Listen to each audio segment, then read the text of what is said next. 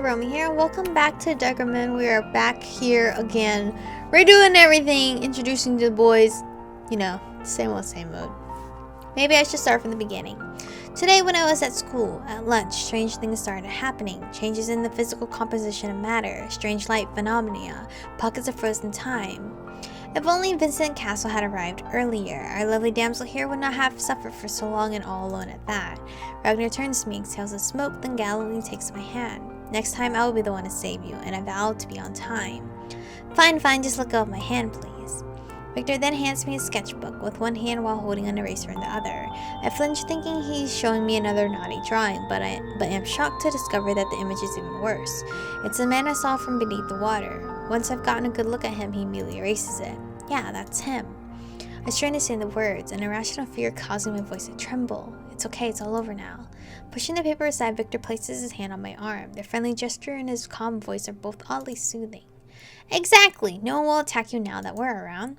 Just knowing that, I don't trust you guys. I kind of died in the first route. Just knowing that someone cares about me has me feeling more at ease and gives me the strength to smile. Thanks. I try to continue. So that creature I saw after all of those physical changes, what was it? I stare pleadingly at him. We call them altids. Their presence creates these special fields like the one you already saw. And if they remain in these areas for an extended period of time, they can make anything vanish. These vanishings go completely unnoticed by humans. Even large-scale disappearance such as cities and countries are completely unseen. Their erasers are entirely imperceptible to them, and any references or even memories, all evidence that they were ever existed is gone. All of it. Interesting. But even if such a creature exists, how does one reconcile the confusion that results from these disappearances with reality? Suppose these altids erase a person, when their home and belongings remain. What about the fate of the people they influenced and interacted with? What if they had children? I think on it for a bit, but it's far too early in the game for such questions, so I turn my attention back to Victor. Don't worry, that's what we're here for. Rio jumps up and happily places his hands on his hips. Clearly, nothing can tarnish his cheerful demeanor. We can do hocus pocus. Ragnar exhales a cloud of smoke which takes the form of a wizard. Yes, fortunately there are special people in this world. Ein believes the thing that separates them from the rest is their link to the fourth dimension. Well, that and something to do with the principle of uncertainty. But if you like more of an explanation, you'll have to ask Ein about it. No thanks, I'll pass. But what does all of this have to do with the fourth dimension? Aren't humans three-dimensional beings? This special ability allows you to perceive these altids and spatial distortions that precede their attacks. Ein calls people with the ability quantum sensitives, although quanties is a universal term which was coined a very long time ago.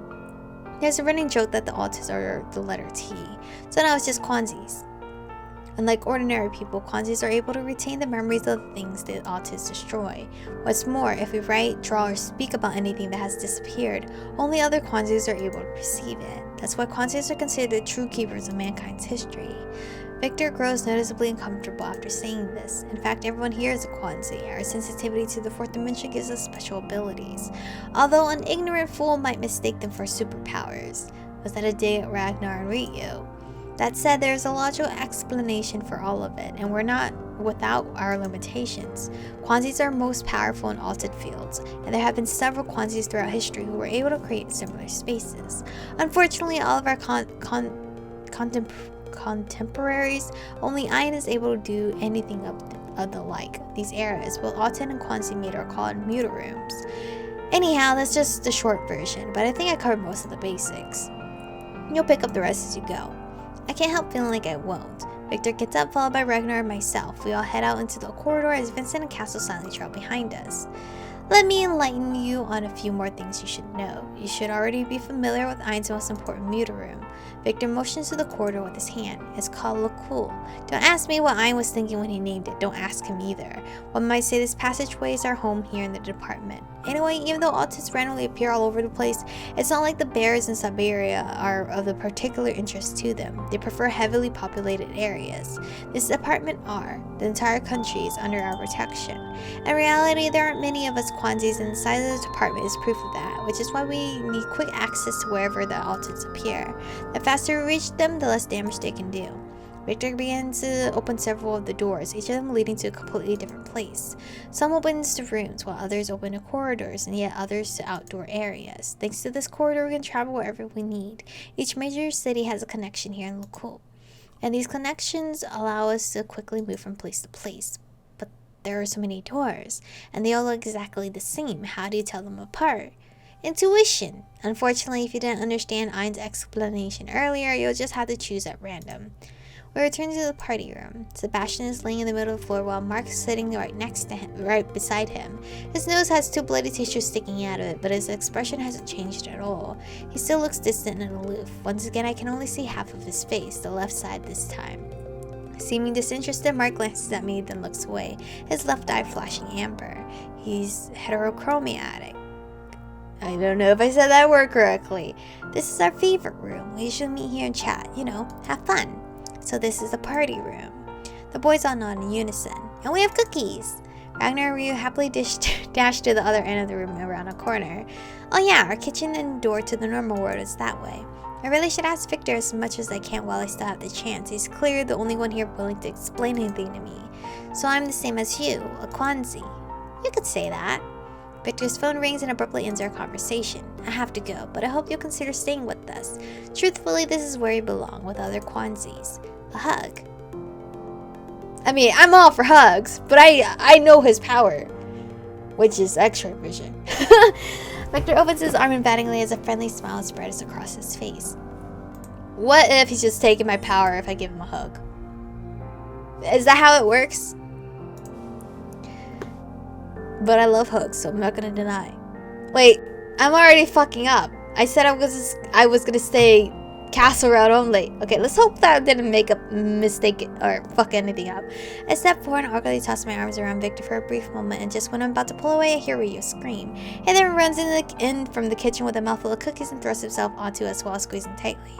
Started by the suffocating embrace, the 3 of us are then lifted up off the floor by an unknown force that squeal in horror. Judging by the fragrant whiff of tobacco, it seems Ragnar has joined us too. Absolutely mortified to pull myself from the tangle of limbs, Victor also manages to escape the group hug and disappears unnoticed. I'm not sure why his agility surprises me though. Whose power was that? Guys, since I'm a Kwanzi too, then why don't I have any abilities? They'll come. Well, that was certainly illuminating. Don't be sad, have a cookie. Where the fuck you got that cookie from?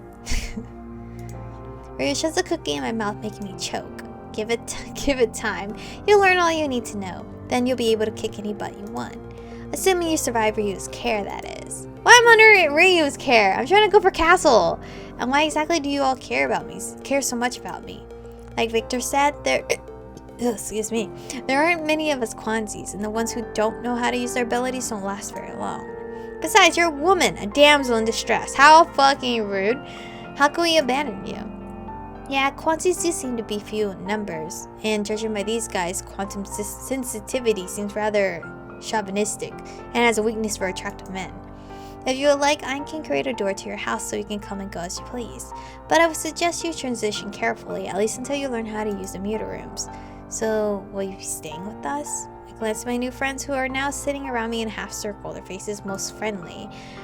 I mean, they do look friendly, But why are these two here? I'm trying to focus on Castle despite giving Victor a hug, okay? An answer as to whether or not I'll agree to join them in this crazy world filled with crazy people. Alright. There's no solid route yet. The day's events flash before my eyes, but I can't make head or tail of any of it. Have you made your decision? I'm staying because I don't understand what's going on. I'm staying because I'm in danger. I'm going home. I'm staying because I'm in danger. I know I'm a mortal in danger right now, and I don't want to ever see that masked creature again. What did they call it? An alted. Well, guys, looks like I'm staying the night. With Ragnar and Ryu squeal excitedly. Basti just smiles at me while Mark slips smoothly into a chair and begins playing tricks with a deck of cards. Can I see Mark though? Can he appear on the screen for once? Because homeboy was not on my other route at all whatsoever after introduction. Vincent, however, looks tired as he drums his fingers nervously against the mattress he's sitting on. Like a statue, Cass stands next to him, looking both stoic and beautiful. Boot camp in the muta room starts tomorrow. We can hang out together. They're far too cheerful for a handful of superhumans dealing with a global menace. But is it really true what the movies say? That with great power comes great responsibility. Because if I didn't know any better, I'd say it's great irresponsibility with these guys. Interrupting my thoughts, Rio grabs my hand and leads me to a door near the kitchen. His movements are so deft that I don't have any time to object. This will be your room for the night. We all slept here when we first arrived. Of course, it's a bit awkward for a woman to hang out with so many men, but what can you do? There are significantly fewer lady quansies than there are men. Ragnar must have been reading my mind. I wonder why the imbalance. Mark, sweetie, can you help us out here? I'll send you a new kitten gift. Mark. God damn it, Mark, I want to learn more about you. Almost magically, Mark is suddenly beside us, staring at Rhea with indifference.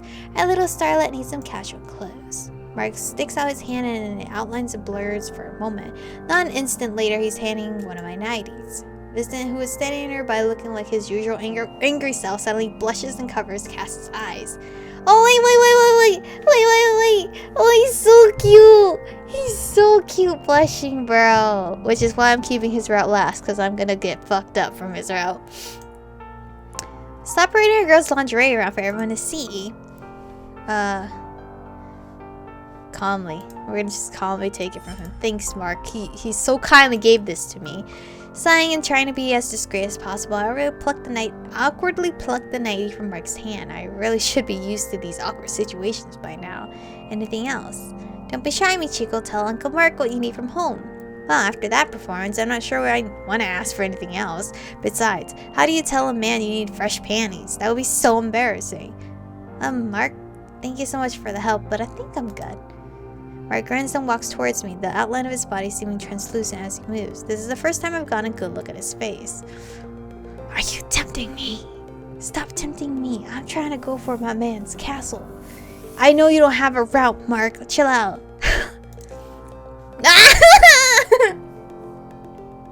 But he's so handsome. He's so handsome. But I can't have you. God damn. Gonna swoop me out right now.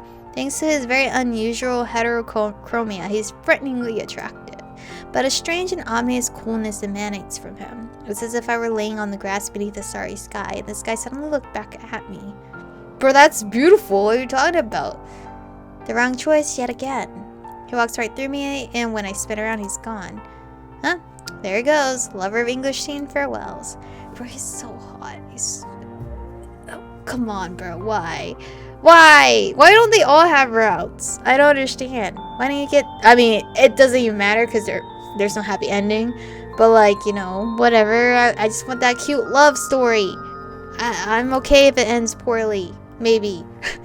Why don't you get settled in and I'll see you tomorrow. Sweet dreams. Maria flashes me a friendly smile, then waves goodnight before leaving. Everything awful. Unlike Vincent, Cass wishes me a goodnight with a silent smile. And I am now left alone with Ragnar, who seems to be lost in thought. Good night? Waiting for some kind of reaction, I stare at him quizzically. Yes, tomorrow's another day. Good night. Why are you stuttering? Ragnar seems like he wants to say something, but only smiles and leaves. Alone at last. What do you mean alone at last? Isn't Basti around here still? I sigh and walk through my door. I guess not. Unlike the other room, this one is small and cozy, and if it wasn't for the guy's photos hanging on one of the walls, I'd have mistaken it for a hotel. Oh, I wish you could see it. I don't know which frame it is. I approached the pictures to get a better look and noticed they're all younger images of my new friends. There's only one group shot in the entire bunch. However, a picture of Vincent with a small child. Vincent looks 2 or 3... Am I on Vincent's route?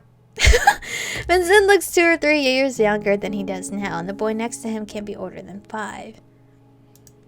Weird. The child looks strangely like Cass. He has... Wait. Who's older? Looks 2 or 3 years younger than he does now, and the boy next to him can't be older than 5. So Cass is the older one? The child looks strangely like Cass. He has the same bright eyes and serious demeanor. Is he a relative, perhaps? Speaking of Cass, where is he? I don't see him in any of these photos. Well... That's one too many mysteries for today. What is glowing? Is it like her mood? I plopped down on the fresh linen-covered bed. Finally, I'm alone with my thoughts. So much has happened over the past few hours, but this is reality, bizarre, incredible reality. And I'm surrounded by what any normal person might consider mysticism. Whatever that means. People usually seek a mystical, explanation for what they don't understand, but not me. Not me on this route. This route's actually way better, obviously. Well, thank you guys for watching today's episode. I hope you guys are enjoying it so far. I am definitely not heading the loner route, so that's great. My girl is actually very lovable on this one. But thank you guys for watching today's episode. Stay beautiful, and I'll see you guys in the next one.